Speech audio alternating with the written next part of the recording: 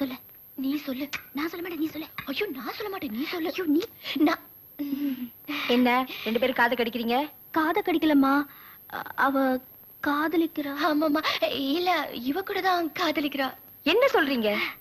ஆமாம்மா, கூடிய சீக்கிரமே நீ சிந்தின ஒவ்வொரு துளி கண்ணீருக்கும் பதில் கிடைக்க போதுமா? ஆமாம்மா, ராமநாதன் இனிமே உனக்கு எதிரி இல்ல, சம்மந்தி. சம்மந்தியா? ஆமா, அன்னைக்கு உன்கிட்ட சொன்ன மாதிரி அந்த ராமநாதனை தனி மரமாக்கணும்னா அந்த குடும்பத்துல மருமகளாகணும்னு முடிவு பண்ணோம். என்ன பேசுறீங்க நீங்க? இது விளையாட்டு இல்ல, வாழ்க்கை பிரச்சனை.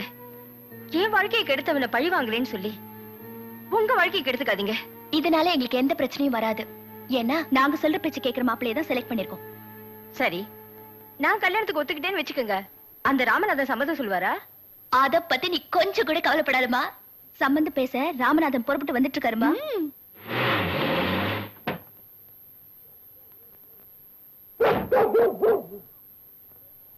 வணக்கம். வரவேற்பு ரொம்ப நல்லா இருக்கு. நான் வனஜா கிரிஜாவை பார்க்கணும். உள்ள வர சொல்றீங்களா? வீட்டுல யாரும் இல்லையா? இங்க உட்கார சொல்றீங்களா? உட்காரனே. இத பாருங்க, நான் சம்பந்தம் பேச வந்திருக்கிறேன். வீட்டுல பெரியவங்க யாரா இருந்தா கூப்பிடுறீங்களா? கூப்பிடுங்க, போங்க. இங்க எல்லாமே நாய்தானோ? இப்பதான் புரியுது, கல்யாணமே வேணாம்னு சொன்ன பையன் நாயை பார்த்து மயங்கிருக்கான் போல இருக்கு.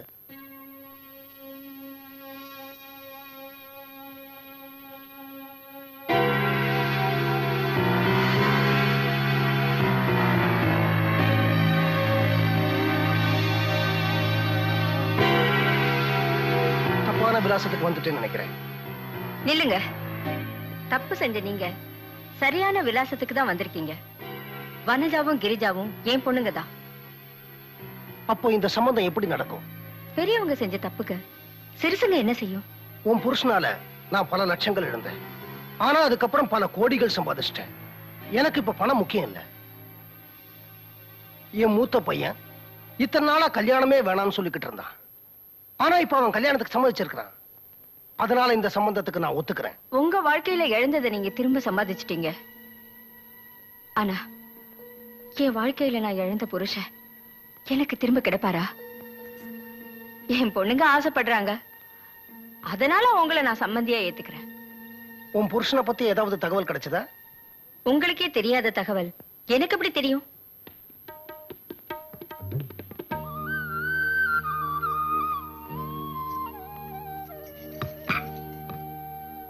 இதுல யார் வனஜா, யார் கிரிஜா? நான் வனஜா, நான் கிரிஜா. உங்களை எங்கேயோ பாத்திருக்கேனே. ஹோட்டல்ல. ஹோட்டலுக்கு எதிர்த்தாப்புல கோயில் இருக்கு. அங்க அங்க நாங்க அடிக்கடி போவோம். அங்க நீங்க எங்களை பாத்திருப்பீங்க. மாமா எந்திரிங்க, ஆசீர்வாதம் பண்ணுங்க மாமா. என்ன அடக்கம், என்ன பவ்யம்! இந்த காலத்துல இந்த மாதிரி பொண்ணுங்க கிடைக்கிறது கஷ்டம். ரொம்ப நேரம் ஆச்சு, எழுந்திருங்கம்மா. என் குடும்பத்துக்கு ஏத்த பொண்ணுங்க. கூடிய சீக்கிரமே கல்யாணத்துக்கு நாள் பார்த்துருவோம். ஓம் சர்வமங்கல மாங்கல்யே சிவே சர்வார்த்ததாரிணே சரண்யே திரியம்பகே கௌரி நாராயணி நமோஸ்துதே. கெட்டிமல கெட்டிமல மாங்கல்யம் சத்துராயேனா பவஜீவஹேதுனா கண்டே பக்தானி சுபகே சஞ்சீவஹேதும் பகவான் பவரிஹாயம் புருடதரேந்திரயாயுஜேதேந்திரேன பதிவிடதரி. சித்தப்பா, நீங்க சங்கருக்கு செஞ்ச பாவத்துக்கு அவன் பொண்ணுங்களையே மருமவளாக்கி பாவத்துக்கு பரிகாரம் தேடிக்கிட்டீங்களே. போய் பந்தியை கவனிடா. கவனிக்கிறேன்.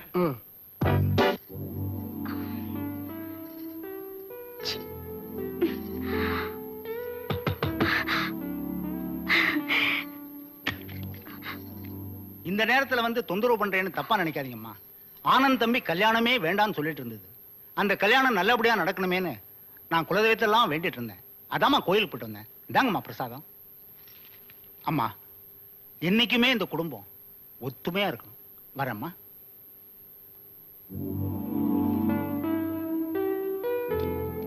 பால் சாப்பிடுங்க.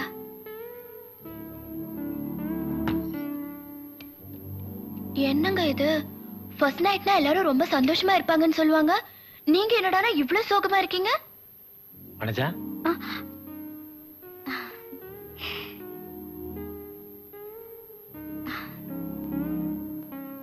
என்ன இவ்வளவு நேரம் கழிச்சு வரீங்க? சரி, உங்க வீட்டு வேலைக்காரனுக்கு விவசாயே இல்லையா? பெட்ரூம் வரைக்கும் வரா? முருகன் தான் என்ன சின்ன பிள்ளைன்னு தூக்கி வளர்த்தது. இனிமே அவர் அவன் எல்லாம் சொல்லக்கூடாது. மரியாதை கொடுத்து பேசணும். என்ன? சரி, அதை விடுங்க. நான் வந்து காத்துட்டு இருக்கேன்ல, எங்க போனீங்க? அப்பா அம்மாட்ட போய் ஆசீர்வாதம் வாங்கிட்டு வரேன். ஏன் உங்க தம்பிகிட்டயும் போய் சொல்லிட்டு வரலாம்ல? ஐயோ, நல்ல வேலை ஞாபகப்படுத்தினேன். இரு போய் சொல்லிட்டு வந்துடுறேன். இருங்க, ஆள் தான் வளர்ந்துருக்கீங்க. இங்க எந்த கூத்து, அங்க என்ன நடக்குதோ. கேக்குறான்ல, இப்ப டார்ச்சுக்கு எதுக்கு பேட்டரி போட்டுட்டு இருக்கீங்க? பேட்டரி வீக் ஆயிடுச்சு, அதான் சார்ஜ் பண்ணிட்டு இருக்கேன். இது எதுக்கு இந்த நேரத்துல? எப்படியும் இன்னும் கொஞ்ச நேரத்துல நீ தூக்கத்துல எழுந்திருச்சு நடக்க ஆரம்பிப்ப. அப்ப நான் உன்னை ஃபாலோ பண்ண வேண்டாம்? அதுக்கு தான் என்னைக்கு உன் வியாதியை நான் குணப்படுத்தணும் அன்னைக்கு தான் நமக்கு முதலிரவு. எனக்கு எந்த வியாதியும் இல்லைங்க, நான் சும்மா போய் சொன்னேன். என்ன பொய் சொன்னியா? எதுக்காக பொய் சொன்ன? எல்லாம் ஒரு சேலஞ்சுக்கு தான். சேலஞ்சா? அது இல்லங்க, ஒரு நாள் சிக்னலுக்காக நீங்க கார்ல வெயிட் பண்ணிட்டு இருந்தீங்க. அப்ப நானும் என் ஃப்ரெண்டும் அங்க வந்தோம். உங்களை பார்த்தா அவ உங்களோட சிரிச்ச முகம், அந்த அழகான ஹேர் ஸ்டைல், உங்களோட டீசென்ட் லுக் இதெல்லாம் பார்த்து ரொம்ப புகழ ஆரம்பிச்சிட்டா. உடனே நான் உங்களையே புருஷனா அடைஞ்சு காட்டுறேன்னு அவகிட்ட சேலஞ்ச் பண்ணேன். அதனாலதான் இந்த தூக்கத்துல நடக்கிற வியாதி அது இதுன்னு போய் சொல்லி உங்களை காதலிக்க வச்சேன். இதெல்லாம் என்ன நம்ப சொல்றியா? சரி, நம்பலன்னா பரவாயில்ல. நான் இந்த வீட்டுல ஒரு வேலைக்காரியா இருந்துட்டு போறேன். அழுவுறியா? சரி சரி, நான் நம்புறேன். வா, விளையாட்டா பேசினா சீரியஸா எடுத்துக்கிறியா? உட்காரு. அம்மா, உன் ஃப்ரெண்டு உண்மையிலேயே நான் அழகா இருக்கேன்னு சொன்னாலா? சரி, கதையெல்லாம் அப்புறம் பேசுவோம். முதல்ல லைட் ஆஃப் பண்ணுங்க. இரு, அதுல ஒரு விஷயம் இருக்கு. எங்க அண்ணன் ரொம்ப கூச்ச சுபாவம் உள்ளவரு. அங்க என்ன ஆச்சோ ஏதாச்சோ. இங்க பாரு, அவர் ரூம் லைட் அணைஞ்சதுக்கு அப்புறம் தான் நம்ம ரூம் லைட் அணையணும். நான் போய் பார்த்து வந்துடுறேன். இரு, வந்துடுறேன். எல்லாத்தையும் நீங்களே குடிச்சிடாதீங்க.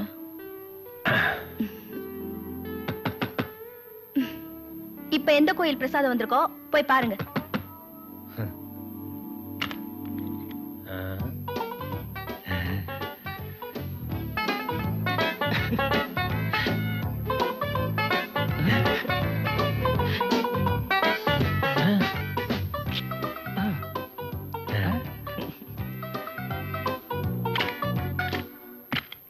ஏங்க, உங்க வீட்டுல யாருக்கும் விவசாயே இல்லையா? ஏன் இப்படி தொந்தரவு பண்றாங்க? உனக்கு என் தம்பி தொந்தரவு பண்ற மாதிரி தெரியுது. ஆனா எனக்கு தம்பி என் மேல வச்சிருக்க பாசம் தான் தெரியுது. நான் கூட அவனை மறந்துட்டேன். என் மேல எவ்வளவு பாசம் வச்சிருக்கேன் பாத்தியா? பாசம் இருக்க வேண்டியதுதான். அதுக்காக ஃபர்ஸ்ட் நைட்ல பொண்டாட்டியை காக்க வச்சுட்டு போற அளவுக்கு ஒண்ணு இருக்க வேண்டாம். இது பாருங்க, இது வரைக்கும் நீங்க எப்படி வேணாலும் இருந்திருக்கலாம். இப்ப பொண்டாட்டின்னு நாவர்த்தி வந்தாச்சு. இனிமே எனக்கு தான் முதல் ஸ்தானம். இத பார், பெரியவங்க மாதா பிதா குரு தெய்வம் தான் சொல்லியிருக்காங்க. பொண்டாட்டி எல்லாம் கணக்கிலேயே சேர்க்கல. சரிங்க, உங்களுக்கு உங்க குடும்பம் தான் பெருசுனா அப்புறம் என்னையே கல்யாணம் பண்ணிக்கிட்டீங்க? நானா வந்து பொண்ணு கேட்டேன்? நீயா வந்த காதலிச்ச கல்யாணம் பண்ணிக்கிட்ட? நான் சொல்ல வேண்டியதை சொல்லிடுறேன். உங்க வீட்டுல உங்களை நல்லா ஏமாத்துறாங்க. உங்க தம்பியை MBBS படிக்க வச்சவங்க உங்களையே மிருக டாக்டருக்கு படிக்க வைக்கணும்? அதெல்லாம் ஒண்ணும் இல்ல, நானா விரும்பிதான் படிச்சேன். எனக்கு என் குடும்ப ஒத்துமை தான் முக்கியம். அண்ணன் தம்பின்னு பிரிச்சு பேசுறது எனக்கு பிடிக்காது. இது நீயும் ஞாபகம் வச்சுக்கோ. உங்க அக்கா கிட்டையும் சொல்லி வை. இந்த பார், என்னையும் என் தம்பியும் பிரிச்சு பேசினா எனக்கு பிடிக்காது. நம்ம குடும்பம் ஒத்துமையா இருக்கணும். அதை நீயும் தெரிஞ்சுக்க, உன் தங்கச்சிக்கும் சொல்லி வை. சரி, இனிமே நான் ஒண்ணும் பேசல. எல்லாம் உன் நல்லதுக்கு தான் சொல்றேன்.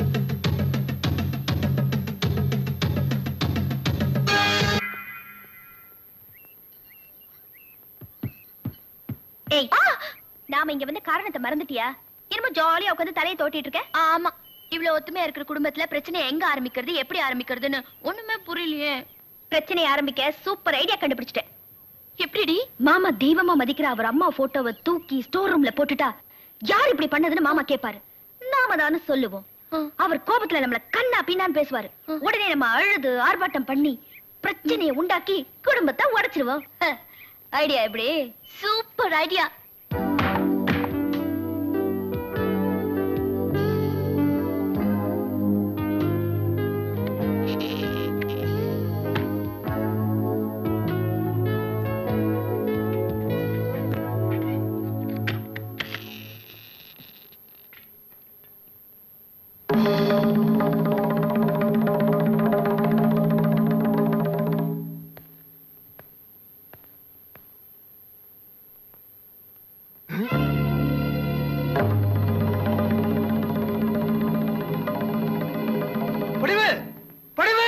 ஐயா ஏன் இப்படி கத்துறீங்க? கத்தாம என்னடி செய்யறது? இந்த பாரு, இங்க இருந்து எங்க அம்மா போட்டாங்க. எனக்கு தெரியாதுங்களே. உனக்கு தெரியாம எங்க போகும்? மாமா, அந்த போட்டோவை நாங்க தான். ஐயா, அம்மா போட்டோவை இவங்க எங்க வச்சிருக்காங்கன்னு எனக்கு தெரியும். நான் காட்டுறேன் வாங்க.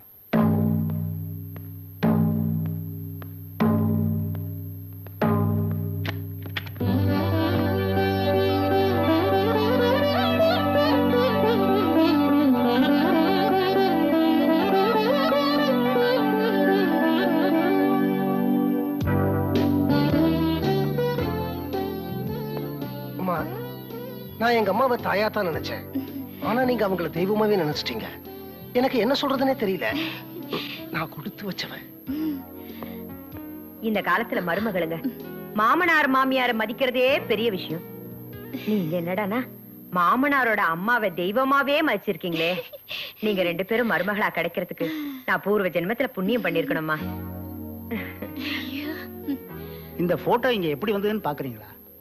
நீங்க ஸ்டோர் ரூம்ல தூக்கி போட்டதை நான் தான் இங்க கொண்டாந்து வச்சேன். நாகரிகம் ஆயிட்டதுனால அப்பா அம்மாவை மாத்த முடியாது. இந்த விஷயம் ஐயாவுக்கு தெரிஞ்சிருந்தா பெரிய சண்டை ஆயிருக்குமா. இந்த வீட்டுல இது வரைக்கும் விளையாட்டு கூட சண்டை நடந்ததில்லை. இனிமேலாவது பார்த்து நடந்துங்கம்மா.